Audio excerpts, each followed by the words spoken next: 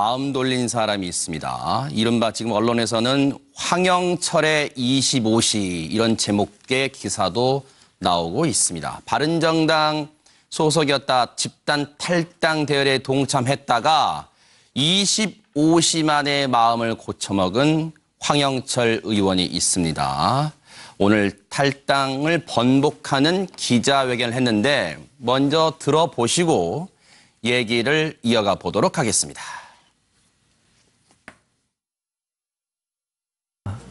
저는 이 자리에서 어제 발표했던 바른정당 탈당의 입장을 철회하고자 합니다. 짧고 긴박한 순간 속에서 나의 생각을 깊이 있게 정리하지 못한 채 발표에 동참했던 저의 부족함을 깊이 자책합니다. 이 시간 이후서부터 정말 외롭고 어려운 싸움을 하고 있는 유승민 후보의 마지막 선거운동에 힘을 보태고 열심히 바른정당의 창당 정신과 가치를 지켜내기 위한 중단 없는 노력을 계속해 나가겠습니다. 네, 저렇게 이제 25시 만에 탈당을 번복하는 기자회견 했는데, 자, 여기 한번 볼까요? 저희가 판넬을 좀 준비해봤습니다. 그동안 상황입니다. 유승민 버릴 수 없어서 되돌아온 한 척의 배가 있습니다. 개혁 보수의 가치와 원칙을 지킬 것이다. 외롭고 어려운 싸움 중인 유승민에게 힘을 보태겠다. 탈당 철회라는 깃발을 단 배를 타고 오고 있습니다. 그리고 어제 TV 토론에서 유승민 후보는 신에게는 12척의 배가 남았다는 이순신 장군이 생각난다. 끝까지 가겠다. 완주 의사를 다시 한번 밝혔습니다. 바른정당 사수파들은 지금 어떤 생각을 하고 있을까요? 보수의 정의당처럼 선명한 개혁 보수를 준비하겠다. 이 사태에 대해서 각 대선 후보들 그리고 관계자들은 어떤 생각하고 있을까요? 더불어민주당 문재인 후보, 보수가 개혁하지 않으면 희망이 없다. 당사자 격인 홍준표 자유한국당 후보, 국회의원이 뭐 그러냐? 이런 얘기를 하고 있습니다. 황영철 의원의 태도 변화를 아마 꼬집는 것 같습니다. 바른정당 탈당파들은 우리 무소속이야? 친박의 비난은 어쩌지? 지금 자유한국당, 바른정당을 탈당했습니다만 지금 자유한국당에 들어가지도 못하고 있는 신세입니다. 지금 그 얘기를 하고 있습니다. 정의당의 심상정 후보는 야반 도주격 탈당이다. 유승민 힘내라 응원을 하고 있고요.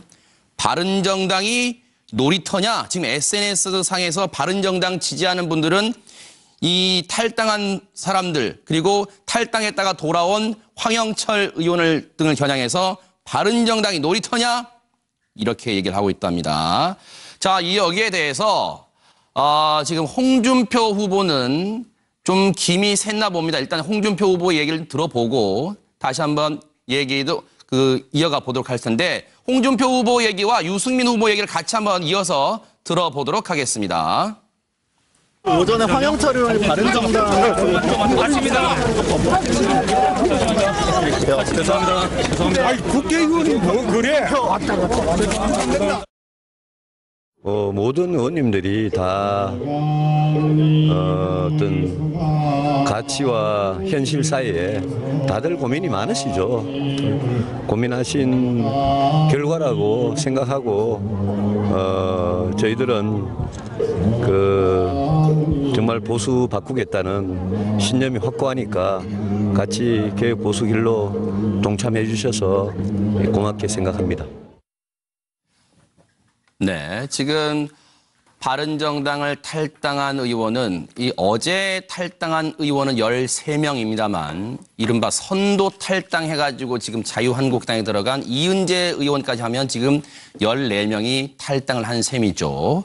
자, 여기서 한번 6분에게 한번 여쭤보겠습니다. 쓰는 판넬로 한번 여쭤볼 텐데 바른정당 의원의 집단 탈당이 홍준표, 유승민 두 후보 간의 득실이 있다면 어떻게 될지 한번 분석을 해 주시기 바랍니다. 홍준표 후보 입장에서의 득실, 유승민 후보 입장에서의 득실, 이것을 각각 분석을 좀 해 주십사 하고요. 그 분석을 쓰시는 동안에 유승민 후보가 어제 TV 토론 때 했던 발언을 좀 들어보시고 이어가 보도록 하겠습니다. 참 힘들고 어렵고 외롭지만 저는 실망하지 않습니다.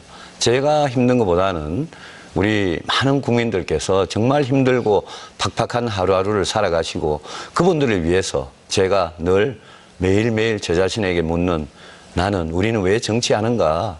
그분들을 위해서 정치를 해야 한다는 신념을 갖고 있기 때문입니다. 이순신 장군 생각합니다. 신에게는 12척의 배가 남았다.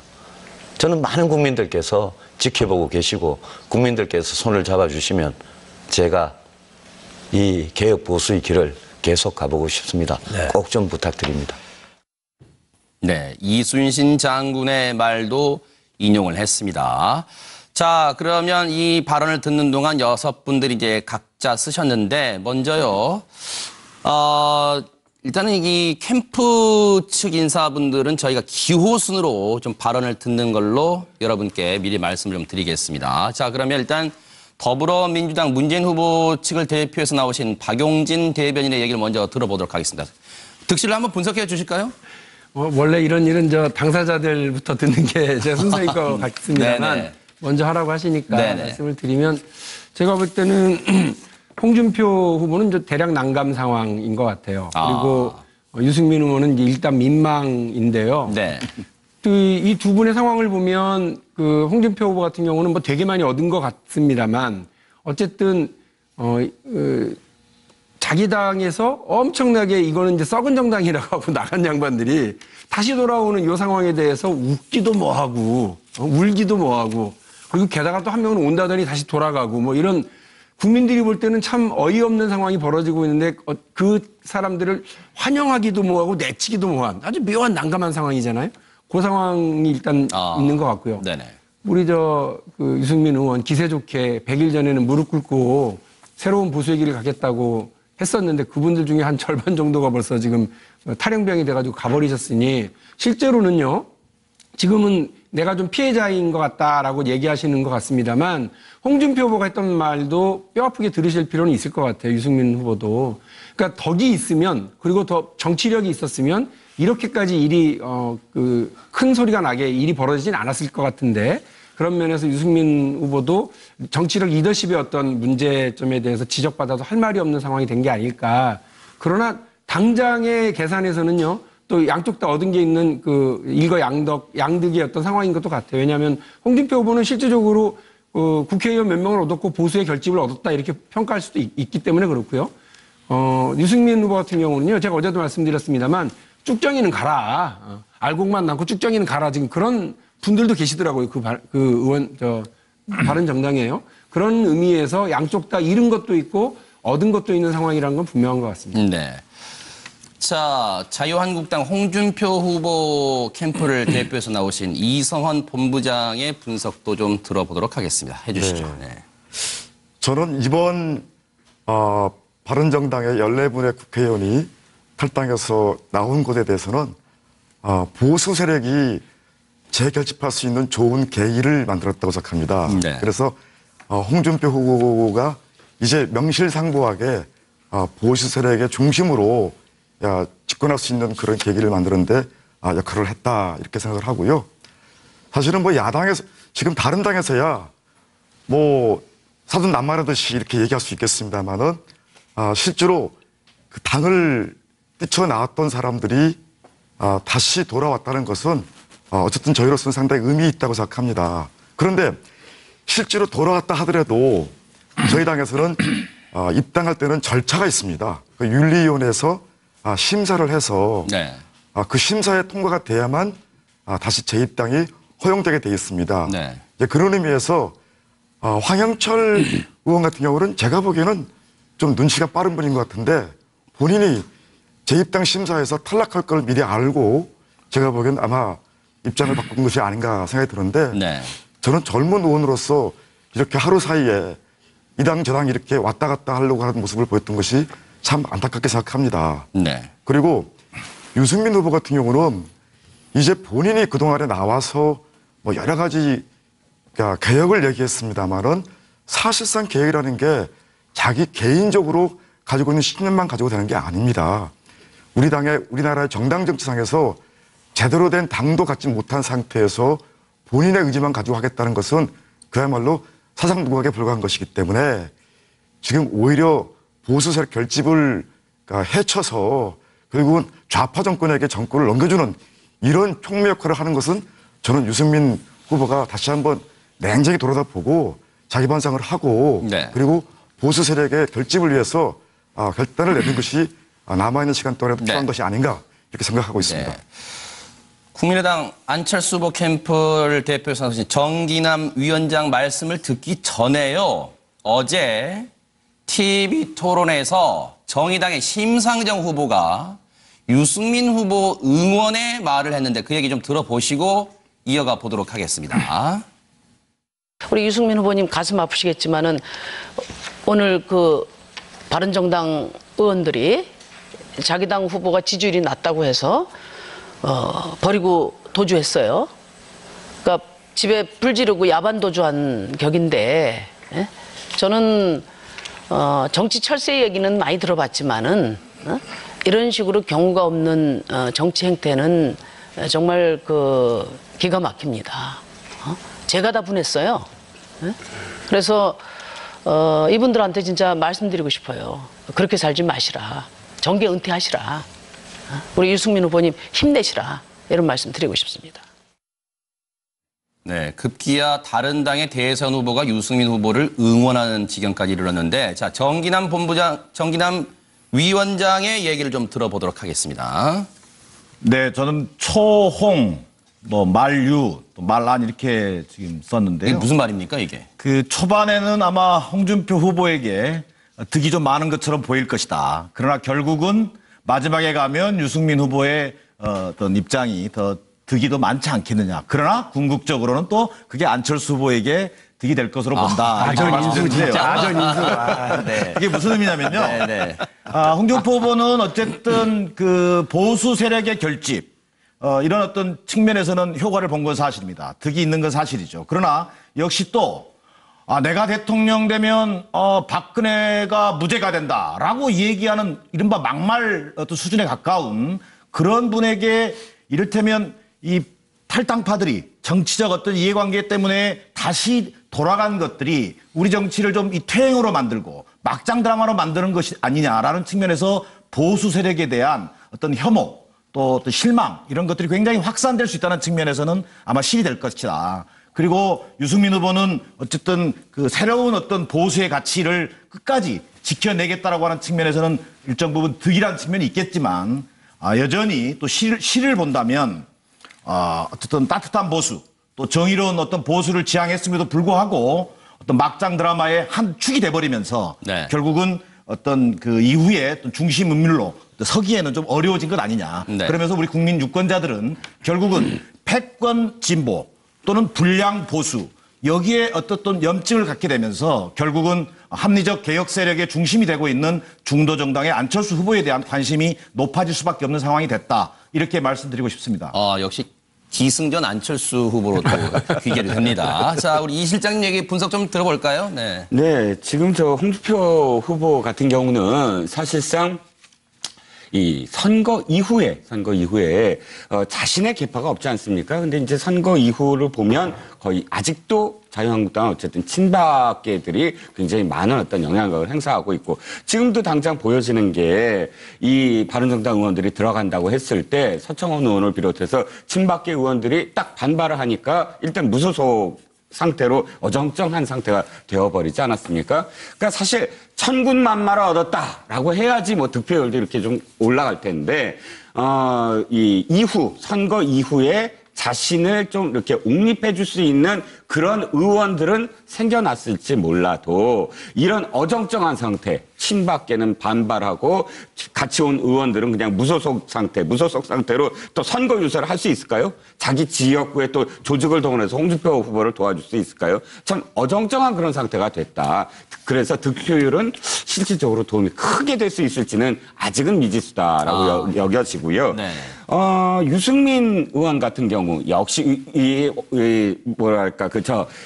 후원금 높아졌습니다. 또 당원들 또 굉장히 많이 또 입당을 하고 있다고는 하나 문제는 그래요. 아까도 보시다시피 심상정 의원님 후보가 옆에서 응원합니다 하지 않아요? 또 이 댓글을 보면 조국 교수 응원합니다. 근데 이런 분들이 사실 보수 아니잖아요.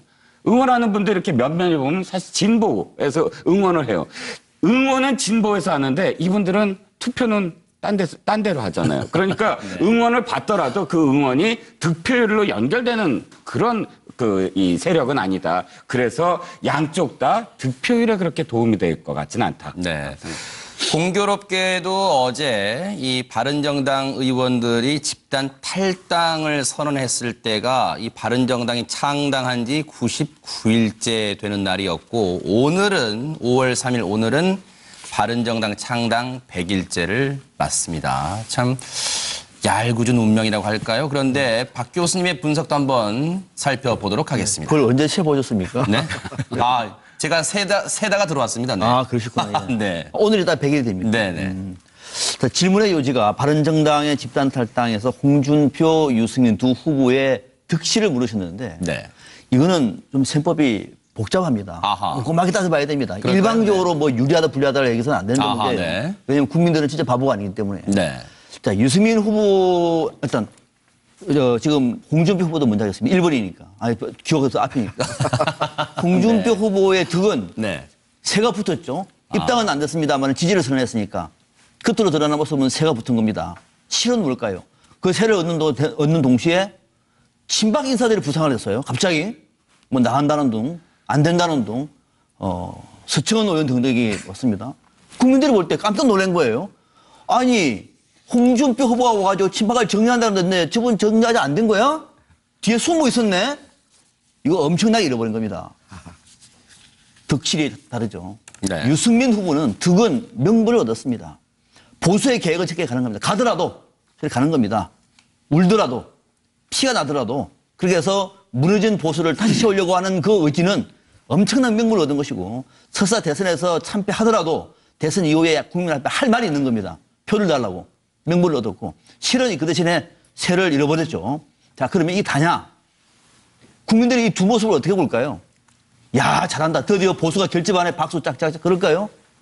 이 보수 뭐 하는 거냐고 물을 겁니다. 또 옛날에 한나라당으로 하는 거냐고.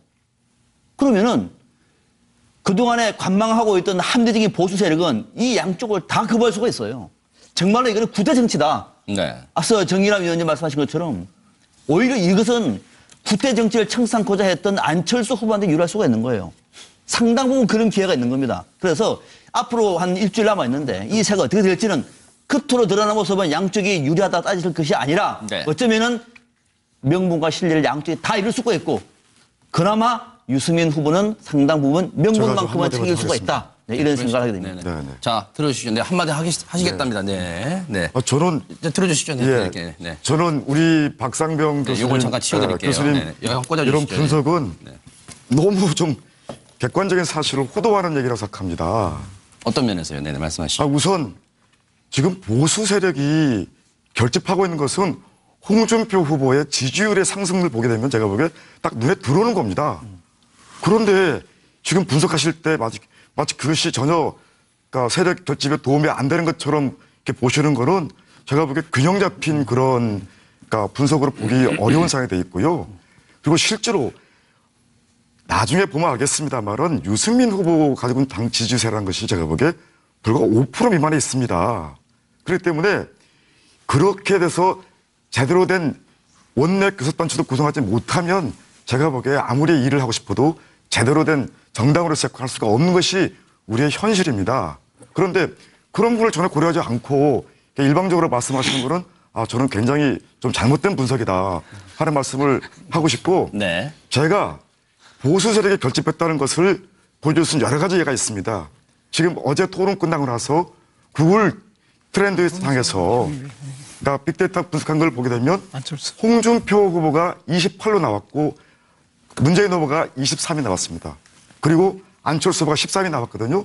이미 제가 보기에 홍준표 후보가 1위로 올라섰다는 것을 지금 구글 데이터에서 보여주고 있는 것을 보신다면 저는 정말 이번 토론을 통해서 여러 가지 면을 평가되지만 홍준표 후보가 단연 보수 세력을 결집해냈다는 것을 좀 보여주고 있기 때문에 여기에 사실은 바른정당 분들이 10명이 오든 20명이 오든 그건 별로 중요하지 않습니다. 문제는 보수 세력이 이제 드디어 자기 속내를 표현하고 힘을 모아서 좌파 정권 집권을 막기 위해서 반드시 투표에 나오겠다 하는 그런 의지를 보여주고 있다는 것이 중요한 것이지 저희가 볼 때는 10명이든 20명이든 오는 것은 그렇게 중요하지 않습니다. 알겠습니다. 네. 이 발로를 도와주시면 잠깐만요. 짧게 잠깐만요. 제가 여기 계신 분하고 또 시청자분들께 하나 말씀을 좀 드려야 될 것 같아요. 지금 벌써 저희가 얘기를 한 지 이 프로그램 시작한 지 20분이 지났습니다. 근데 저희가 오늘 나눠볼 얘기가 상당히 많습니다. 그래서 이 딱 한마디만 합시다. 추가 발언의 경우에는 저희가 1분씩만 드리는 걸로.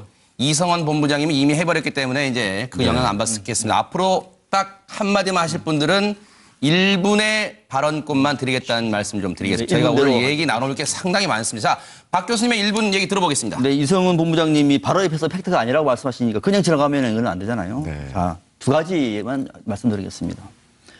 홍준표 후보가 이번에 바른정당 사태 때문에 지지율이 올라가는 겁니까? 여러 가지가 있는 거죠, 여러 가지가. 그중 하나일 뿐이죠. 이것 때문에 올라간다고 판단하지 않습니다. 이건 알 수 없는 겁니다. 그러니까 이것이 홍준표 후보가 이전에 침체되고 있다가 바른정당 사태 때문에 붕 떴다. 그런 말씀이 돼요. 그건 아니죠. 그것이 아니에요. 잠깐만. 네. 그 이전부터 홍준표 후보는 이른바 안보 프레임이라든지 또는 여러 가지 이유 때문에 상승 국면에 여론조사만 볼 때는 상승 국면에 있었던 거예요. 거기다가 어제 사건이 터진 겁니다. 더해진 것이고 두 번째는 20초 남았습니다. 두 번째는 홍준표 후보의 지지율이 앞으로 보수가 더 길집할지 안 할지는 이제 오늘부터 문제가 되는 거예요.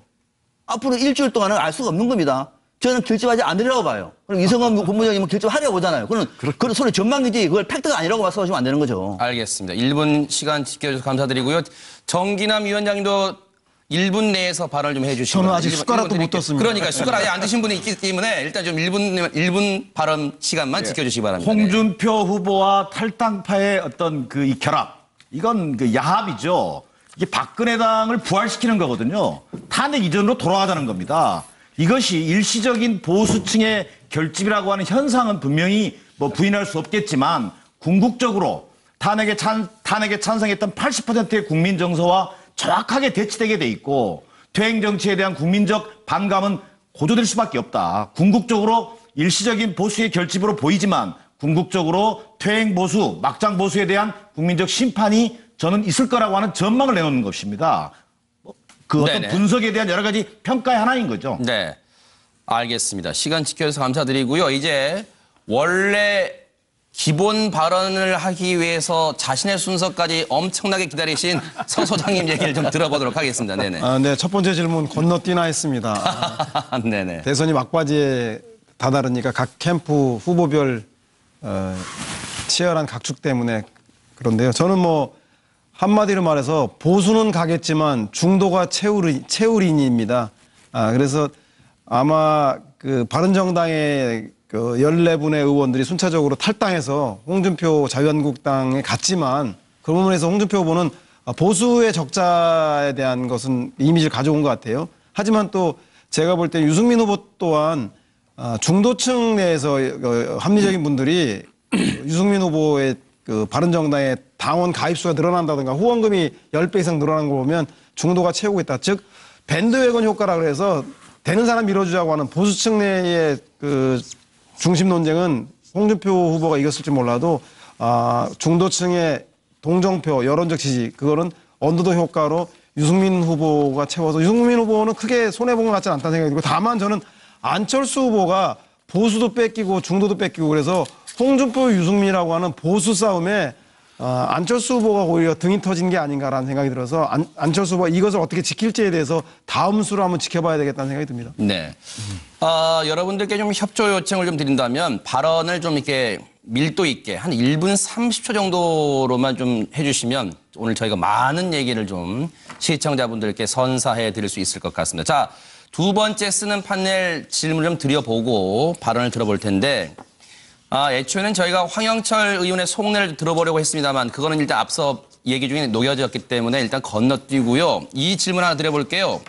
지금 어제 탈당했던 바른정당 탈당파들이 지금 자유한국당에 들어가지도 못하고 지금 낙동강 오리알 신세됐다 언론들이 분석하고 있어요. 그러면 집단 탈당한 이 바른정당 탈당파들의 속마음과 그리고 자유한국당 친박계 속내를 한번 분석해 주십사 하는 질문을 드려보고요. 그 질문을 쓰시는 동안에 이 탈당에 대해서 김성태 의원은 고뇌찬 결단이라 했는데 그 얘기 마저 들어보시고 그동안 답변 쓰신 걸 좀 확인해 보도록 하겠습니다. 고뇌찬 결심을 워낙에 박지가 이 생각에 국장님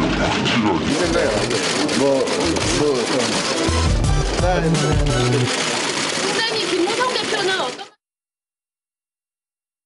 아직까지 재입당한 적 없고요.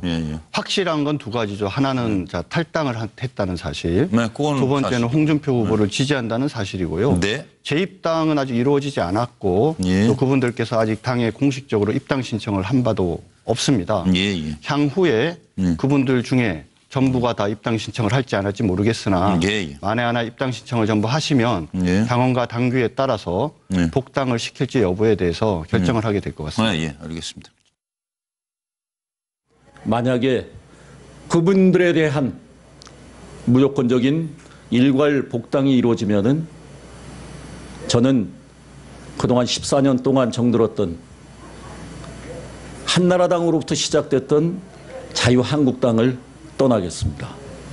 지금 자유한국당에 남아있는 의원들을 폐족으로 매도했던 사람들입니다. 대통령 선거 일주일 앞두고 한 표 한 표가 정말 황금과도 같은 그런 가치가 있더라도 저는 받아들여서는 안 된다고 생각합니다.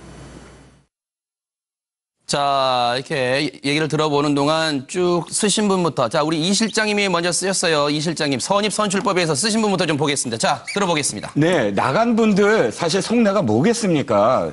지금 자기의 지역구에 있는 사실 조직들 와해되기 시작했고 막 나는 어떻게 되나 하고 그분들이 먼저 막 흔들리니까 어쩔 수 없이 또 나가시는 분들도 있어요. 그러면 돌아가는데 가장 원하는 게 뭐겠습니까? 일단 그 전에 어떻게 됐든지 간에 내 지역구만은 좀 살려줘. 이게 사실 가장 큰 바람일 테고 근데 바른정당도 그러니까 지금 저 자유한국당도 마찬가지예요. 다 나갔으니까 일단 그 지역구 전부 다 지역구 아니에요. 그러니까 전부 당협위원장 새로 뽑았죠. 그래서 일단은 백기투항을 해야지만 그것이 나중에 선별로 어떻게 될 텐데 백기투항 하지 않으면은 지금 그 사람들 다시 다 들어보내면 어떻게 되겠습니까? 이미 당내에서 벌써부터 내분이 일어났잖아요. 지금 새로 뽑은 당협위원장 제일 열심히 지금 선거운동 하고 있었어요. 그 사람도 어떻게 할까요? 그러네요. 그러니까 일단 속내는 이렇게 될 수밖에 없었다. 네. 하긴 이거 하나 좀 읽어드리고 얘기를 좀 들어볼게요. 실제로 그래요. 지금 김진태 의원이 그런 얘기를 하고 있습니다. 나갈 때는 마음대로 나갔지만 들어오는 건 마음대로 안 된다. 홍 후보를 지지하고 싶으면 백의종군하고 입당은 대선 이후에 당원들의 뜻을 물어보고 결정해야 한다. 이런 얘기도 하고 있습니다. 자, 먼저 쓰신 분이 제가 두 번째. 이성원 본부장이 쓰셨으니까 자, 들어보겠습니다. 네네. 이거는 저희 당의 일이기 때문에 아마 제 얘기가 제일 정확할 겁니다. 그럴까요? 네네.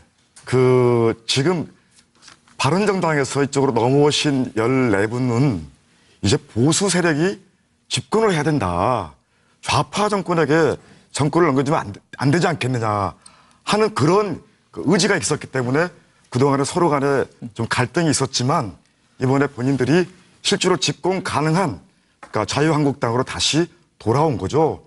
물론 돌아올 때는 여러 가지 진통이 왜 없겠습니까? 있죠. 그러나 돌아온다 하더라도 그분들도 이제 모든 걸 내려놓고 와서 일할 생각을 해야 되지. 그렇지 않고 들어서 뭔가 자기 지역구를 자기가 챙기겠다고 생각하면은 또 여러 가지 불편한 일도 있을 수 있다고 생각합니다만은 저는 어차피 큰 대의를 위해서 일하는 국회의원들이기 때문에 저는 자유한국당을 중심으로 해서 홍준표 후보를 만드는데 최선을 다할 것을 바라기도 하고 기대합니다. 네. 반면에 지금 저희 당 내부에 친박이 있네 없네 그러는데 사실상 친박 지금 별로 없습니다.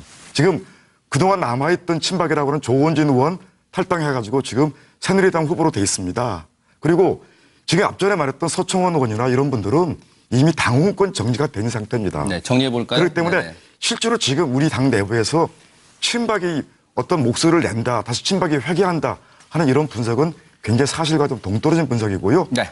마지막으로 하나만 더 말씀드리면 실제로 지금 친박이든 그러니까 비박이든 간에 모든 사람이 홍준표 후보 개인도 중요하지만 자유민주주의 체제를 지키기 위해서 2번을 꼭 뽑아야 한다는 그런 일념으로 다 같이 지금 일을 하고 있다는 것을 네. 제가 먼저 말씀을 좀 드리겠습니다. 박용진 대변인 얘기 좀 들어보겠습니다.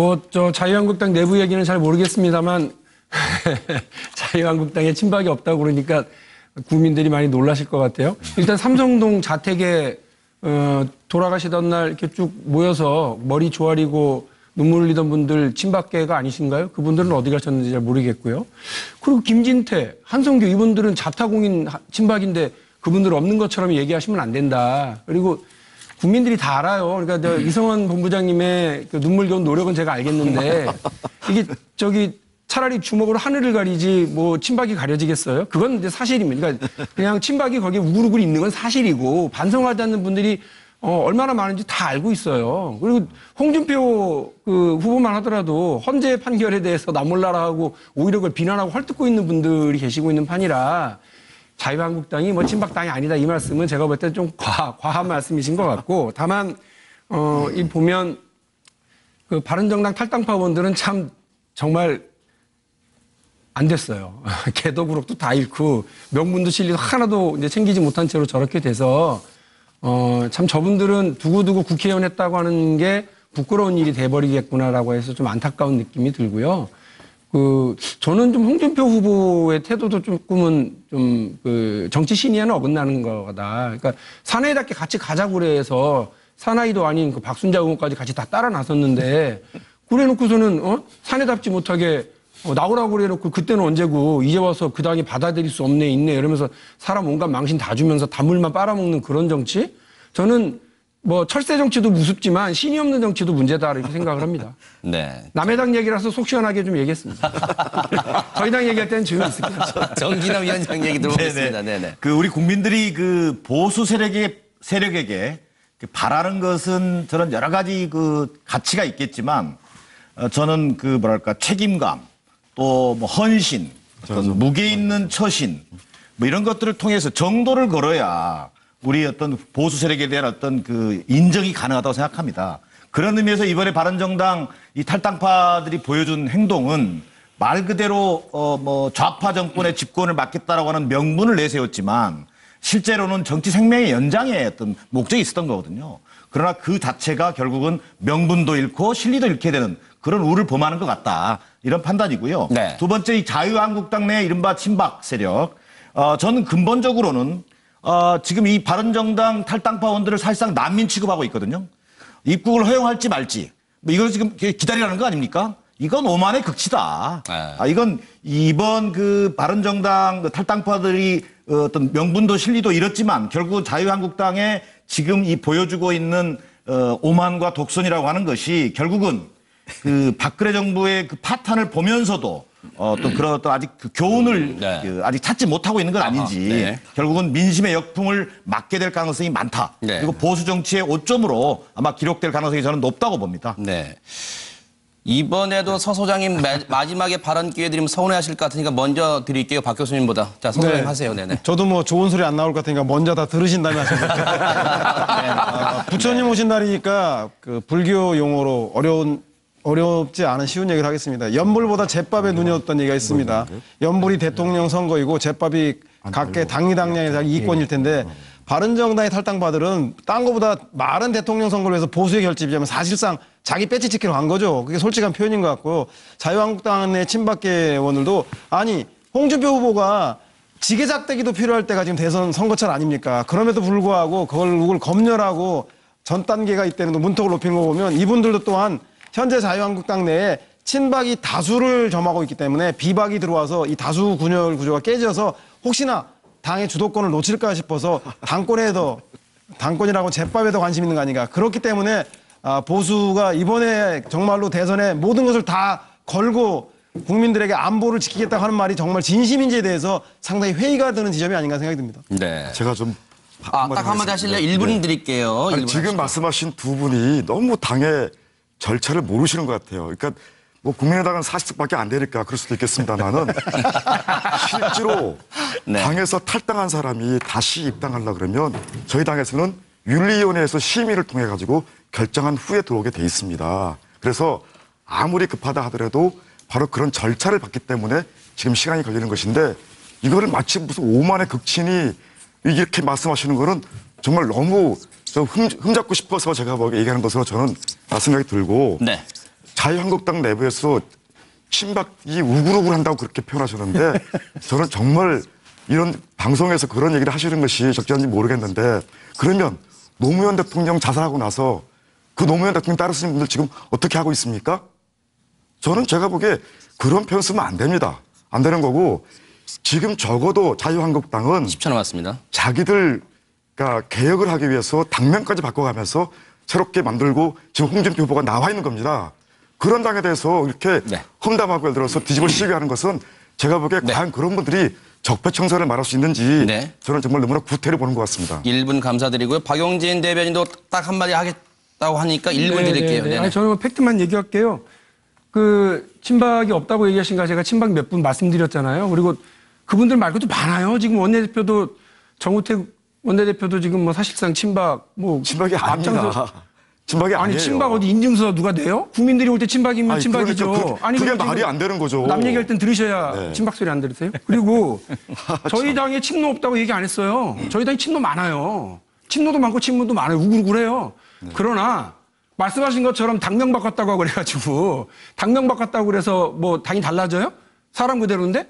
그러니까 더불어민주당이 이른바 그 김대중 대통령, 노무현 대통령 시절에 그 공과 과를 다 끌어안고 거기에 대해서 책임지고 가고 또 더 나은 정부를 만들기 위해서 민주정부 3기를 지금 하려고 합니다. 그리고 스스로 나는 노무현 대통령 몰라요 하고 새벽닭이 울기 전에 3번 그 부인하는 베드로 같은 삶을 산 사람은 없습니다. 근데 지금 저기 그 자유한국당에는 친박으로 그동안 온갖 권세와 이런 걸 다 누리던 분들이 아직도 있잖아요. 그분들이 있는데 왜 없다고 자꾸 그러세요. 그러니까 국민들이 이상하게 생각하죠. 알겠습니다. 자, 물론 뭐 마음 같아서는 시간을 더 드리고 싶습니다. 다른 분들도 있기 때문에요. 자, 박 교수님의 분석을 좀 마저 들어보겠습니다.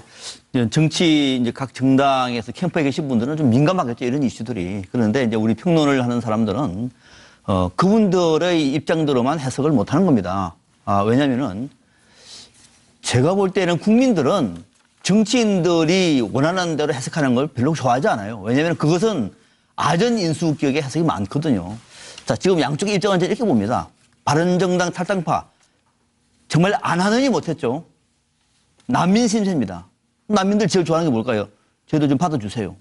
좀 그런 상황에 있는 것이죠. 뭐 다른 뭐가 있겠습니까?